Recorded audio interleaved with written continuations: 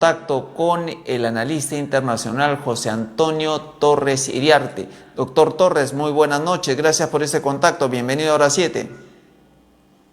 Un gusto saludarlo, la verdad que es una grata oportunidad para participar en Hora 7 en circunstancias que el país confronta una crisis con un país vecino. Una crisis provocada, usemos el término, no sé si usted lo comparte, irresponsablemente por el presidente Gustavo Petro para tapar problemas internos. Bueno, Gustavo Petro no tiene antecedentes en el manejo de su política exterior de confrontación innecesaria. Se ha abierto francos con Israel, ha abierto francos con el gobierno de la administración Trump por el tema de los aranceles de manera muy irresponsable. Y creo que ahora, estando a pocos meses de un proceso electoral en el 2026, teniendo una baja aprobación, Gustavo Petro ha encontrado un pretexto más para tratar de ganar adhesiones en su país, levantando la bandera del ejercicio de la soberanía nacional en un tema supuestamente ocasionado por el país, por el Perú.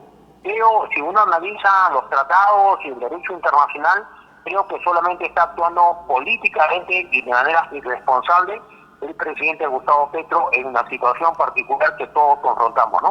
¿Y no ha sido un tanto temerario, por ejemplo, irse a Leticia, que está en la zona fronteriza, celebrar la independencia desde allí y desde allí decir que desconoce a las autoridades de facto designadas por el gobierno peruano? Bueno, es una perorata, digamos, desafiante, impropia de un estadista, de un gobernante que representa a un país soberano. Creo que la Cancillería ha emitido un comunicado, digamos, en los términos más amigables posibles, pero si esta posición, digamos, discurso político desafiante, impropio, grotesco incluso en algún momento, como usted bien dice, la batalla de Boyacá, que cerró la independencia de Colombia, se celebra en Boyacá y no precisamente en la zona fronteriza, la zona de las tres fronteras entre Perú, Colombia y Brasil. Y definitivamente ha querido de manera simbólica demostrar el presidente Petro que su gobierno está ejerciendo soberanía y que no va a permitir, digamos, actos que afrenten la soberanía de Colombia, como es el caso de la isla de Santa Rosa, donde ha cuestionado y ha desconocido a las legítimas autoridades designadas por el gobierno peruano, ¿no?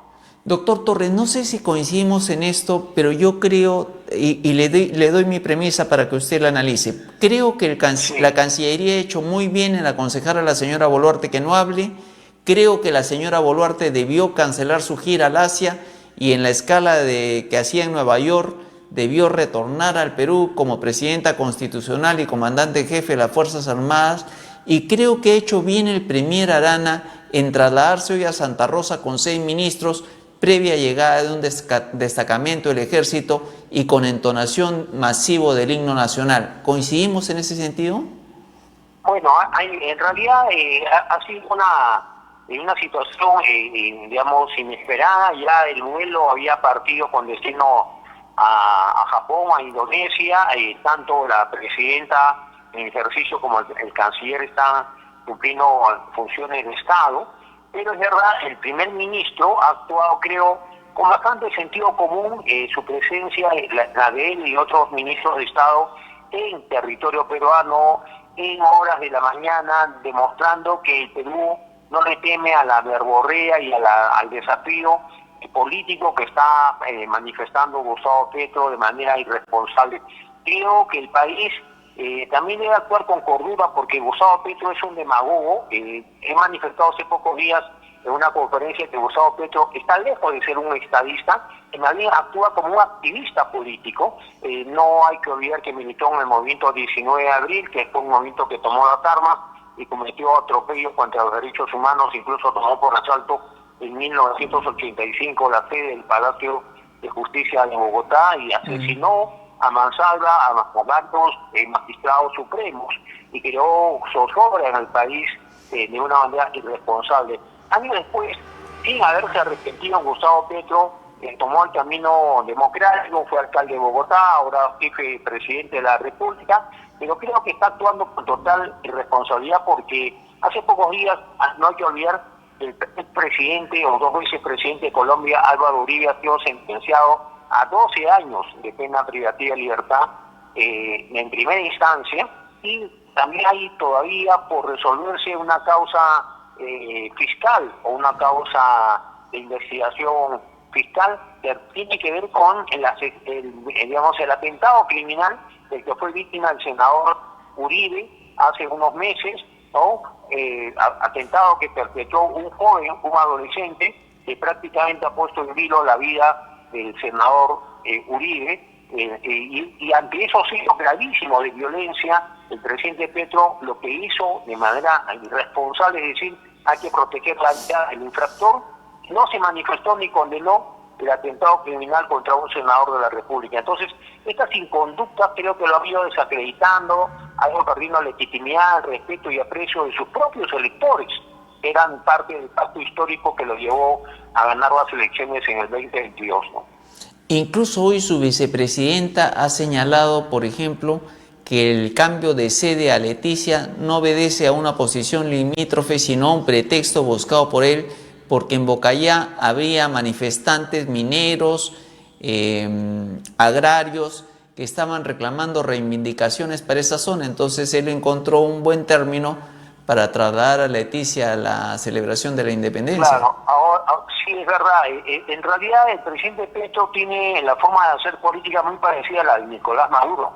Maduro ha encontrado siempre razones, digamos, de su lucha antiimperialista, el tema de los migrantes, el tema de los venezolanos que estuvieron en las cárceles de El Salvador y que luego han retornado a Caracas o a Venezuela bajo la protección del gobierno Maduro. Siempre encuentran razones y pretextos como maniobras distractivas para tratar de demostrar al país y a la comunidad internacional que son gobiernos soberanos que se preocupan por el bien común. En realidad, el modus operandi del Petro, de Nicolás Maduro, tienen mucho en común, y ese mismo modus operandi de Evo Morales y otros militantes de del llamado Foro de Sao Paulo o Grupo de Puebla, que han encontrado este tipo de manera de hacer política, motivos y razones para ejercer y aumentar su popularidad, ¿no? Ahora, hay un hecho, la posición del gobierno peruano es que el Tratado Internacional del 22 y el Protocolo de Río de Janeiro del 34 zanjaron definitivamente el tema de límites. Hay una comisión, sí, por estos problemas que causa el Amazonas cuando baja o sube caudal, Octubre es la fecha de la cita. Esa cita podría solucionar algo porque ya Petro ha dicho hoy día que él pretende acudir a la Corte Internacional para definir este tema. Y ojo que Colombia ya tuvo un revés con Nicaragua en la Corte Internacional. Sí, es verdad. La cumbre que se va a realizar en Lima no va a ser en octubre, han coincidido ambos gobiernos que se anticipe para septiembre como una medida de casi de inmediatez para poder resolver este tema en los mejores términos. Ahora, Petro es el presidente, pero Colombia es una democracia que tiene algunos contrapesos. Y no hay que olvidar que hace unos meses, cuando el presidente Trump decidió aumentar los aranceles para Colombia, el presidente Petro desafió al gobierno norteamericano aumentando mucho más los aranceles de Colombia a las exportaciones norteamericanas. Y luego la respuesta norteamericana no se hizo esperar. Al final fue la administración, los ministros, el sector empresarial o el sector político cercano a Petro, que le hizo ver que no tenía sentido enemistarse con el principal socio comercial de Colombia, porque el principal comprador de los productos de exportación, llámese café y otros flores y otros productos de exportación colombiano, es la economía norteamericana. Entonces entró, en una situación de irresponsabilidad absoluta y todavía tuiteaba al señor Petro a la medianoche, no, sin importarle que no eran horas de trabajo, no eran horas laborables, y se pudo haber producido una crisis de grandes proporciones que pudo haber significado que el Departamento de Estado ya tomara posición, seria y firme frente a la amenaza y a la actitud desafiante de Petro de Colombia, pero finalmente primó el sentido común, hubo una marcha atrás, y de alguna forma las relaciones comerciales entre Estados Unidos y Colombia se han casi normalizado. Yo espero este caso tenga un camino más o menos parecido y que las relaciones entre Perú y Colombia no sean dañadas. Es verdad que el presidente de Colombia, como el presidente de Perú, dirige la política exterior, pero siempre hay pesos y contrapesos, y estimo que en una situación absolutamente fuera de toda legalidad y juridicidad, como la que pretende Petro desconocer a nuestras autoridades, decir que Perú está violando la soberanía colombiana, toda esta situación se aclare en las próximas semanas, y seguramente la oposición colombiana, que está actuando, creo, de manera razonable. He escuchado a varios opositores colombianos lamentar el lenguaje utilizado por Petro. Espero que presione en el Senado y en el Congreso de Colombia para que la Cancillería de Colombia adopte una posición moderada, respetuosa del Perú y de su gobierno, ¿no? Ahora, dada la ubicación geopolítica del país, dado los intereses, por ejemplo, chinos en estos momentos acá en Chancay, dado el interés de Brasil, que es una potencia económica también, y dado el interés de Estados Unidos de que no se altere el clima de paz que existe en la región, ¿podrán jugar esos hechos geopolíticamente para hacer variar la posición del presidente Petro? Bueno, hay un tratado amazónico, ¿no? Hay 8 países miembros, los signatarios de ese tratado amazónico. Por otro lado, Lula, creo, está siendo muy afectado por la política comercial o arancelaria del gobierno de los Estados Unidos. Sin embargo, repito, el presidente Petro incluso se enemistó de una manera impropia también con el gobierno de Argentina y con su presidente Javier Milei. Entonces, yo creo que al final esta bravuconada que el presidente Petro va a tener que diluirse por la presión de la oposición de Colombia y por la presión de los otros actores internacionales, como usted lo dice, porque no estamos para estar jugando con fuego o estar intentando globos, digamos, mostrando o intentando que globos de ensayo en el plano internacional pongan en riesgo la seguridad regional. Ahora, hay un detalle que no podemos olvidar, y es bueno remarcar: esa zona de Leticia, la zona de las 3 fronteras entre Perú, Colombia y Brasil, es una zona donde la minería ilegal actúa impunemente, el narcotráfico y la minería ilegal, ¿no? Y también hay otros intereses también de los grupos armados.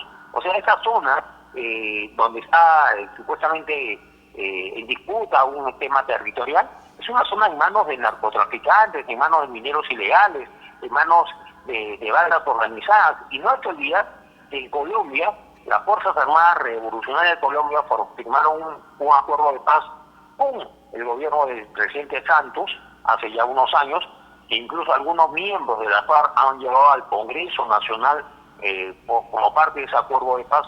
Pero también hay sectores disidentes, sectores que no entregaron las armas, que se negaron a participar del acuerdo de paz y que han tomado las armas y continúan en acción subversiva en esas zonas precisamente de fronteras que son prácticamente tierra de nadie, donde el crimen organizado, el narcotráfico, la minería ilegal actúan con total impunidad. Ahora, 2 temas adicionales, doctor Torres. Hoy hemos podido conocer que increíblemente la partida que se otorga al flamante distrito de Santa Rosa, porque apenas si tiene 2 meses de existencia, es de entre 7.500 y 10.000 soles mensuales para 3.000 peruanos de una zona limítrofe y 10 comunidades, por un lado. Que creo que el pedido es lógico, y creo que esta es una situación similar en muchas de nuestras zonas fronterizas. Pero viene la primera pregunta: ¿qué tendría que hacer el gobierno de inmediato? Y lo segundo es, ¿cómo evitar que el gobierno crea que este respaldo unánime del país es un respaldo a la gestión de la señora Boluarte? ¿Cómo evitar, por ejemplo, que eso lo dé en una presidenta que tiene tan pésima lectura de los hechos que ocurren en el país? Bueno, es cierto, si se ha creado un distrito por mandato de una ley del Congreso de la República que ha sido promulgada, es cierto, si no hay dinero para poder ejercer la soberanía plena y la gestión administrativa del nuevo distrito, es necesario hacer las transferencias, en todo caso aprobar un crédito complementario para mejorar esa situación, para una buena gestión y más aún en circunstancias tan adversas. En segundo lugar, ciertamente es un tema de esta naturaleza, todo el país y todas las fuerzas políticas se unen en el respaldo de la Cancillería y la posición de Torretal y del gobierno. Pero ciertamente tampoco el gobierno puede tener la lectura o mala lectura de que este respaldo significa aumentar la popularidad o respaldo político a la gestión de la señora Boluarte. Yo creo que siempre hay que diferenciar los asuntos de Estado de los asuntos de gobierno. En asuntos de Estado, la política debe ser defender nuestra soberanía, nuestras fronteras, nuestra seguridad nacional. Pero en asuntos de gobierno, ya en el plano de la gestión propiamente dicha, creo que la señora Boluarte está lejos de cumplir con el país. Y le hemos escuchado este 28 de julio leyendo nuevamente un largo discurso que cayó en la descripción detallada de toda la gestión pública, sector por sector.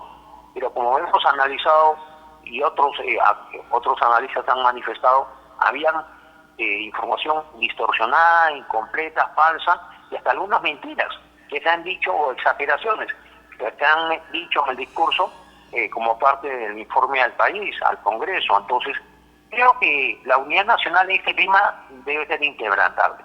La señora Boluarte ahora está cumpliendo una función en el exterior, con autorización del Congreso, no debe confundir esta unanimidad con respecto al tema colombo peruano con el apoyo a su gestión de gobierno. Finalmente, doctor Torres, ¿podríamos, sí, visto el actuar del presidente Petro, podríamos descartar cualquier intento de escaramuza militar, cualquier intento de un atropello que de las palabras pase a la acción? Bueno, las Fuerzas Armadas de Colombia se someten al mandato constitucional, ¿no? Y ciertamente Petro podría ordenar, sobre pretexto que hay una amenaza o ha habido un ingreso de tropas peruanas o disparos que afectan la zona fronteriza, podría ordenar a sus tropas que también hagan lo propio. En realidad es grave lo que está pasando, porque si estuviésemos frente a una democracia consolidada y a un presidente demócrata que ha sido demócrata siempre, que ha mantenido una línea democrática desde joven hasta la fecha, podría yo estar confiado que eso no va a suceder. Pero Gustavo Petro es capaz de las peores barbaridades, porque se siente dueño de su verdad. Además tiene un punto en contra que no hay que olvidar, es que consume drogas, toma alcohol prácticamente todos los días. Y esto no estoy ofendiendo la majestad de nadie, porque es un hecho conocido por los colombianos que el presidente que ejerce la responsabilidad de la política exterior consume narcóticos, incluso llegó a decir que la cocaína era menos nociva que el whisky, ¿no? Y muchas veces da conferencias de prensa o sale a declarar o va a manifestaciones abiertas al público en plazas públicas estando ebrio, ¿no? Y ahí están los muchos videos. O sea, sí, es un presidente que no guarda la compostura, no guarda el decoro, que además se dice que trabaja pocas horas al día, que a veces a las 9, 10 de la mañana recién empieza a despachar como gobernante. Una persona muy indisciplinada, que tiene, dependencias a estupefacientes, a bebidas tóxicas. Podría pasar una situación como la que usted describe, ¿no? Que en medio de su irresponsabilidad manifiesta pueda significar un conato de guerra o situaciones ya de violencia que exigiría que el gobierno peruano también responda, ¿no? Entonces, yo no descarto nada. Yo creo que la situación es delicada, tampoco exageremos, pero estando en la otra orilla un gobernante de ese perfil psicológico, debemos estar en total alerta. Y yo entiendo que el Comando Conjunto, el Ministerio de Defensa, está trabajando activamente en este asunto, porque es un escenario que yo no descarto. Bien, doctor Torres, gracias por este contacto. Muy buenas noches, bendiciones. No, muchas gracias por la oportunidad y un saludo a toda la audiencia. Buenas noches. Buenas noches, muy